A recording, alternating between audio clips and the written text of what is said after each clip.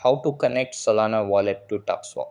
Hey guys, in this video, I am going to show you how you can connect Solana wallet to Tapswap. So make sure to watch this video till the end and let's get started. So the first thing that you want to do is open up the Tapswap by using Telegram app on your mobile and make sure the Telegram app is updated to the latest version available. After that, sign into your account and you will be redirected to this page. Now, over here, you need to tap on the coins icon at the top of your screen. After that, you will see the option for the X2 feature.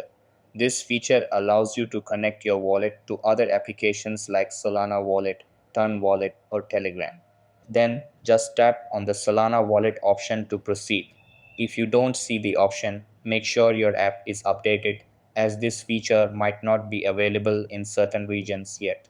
If it's not available due to regional limitations or network issues, you might need to wait until the feature rolls out globally. So that's how you can connect Solana wallet to Tapswap. That's all for this video.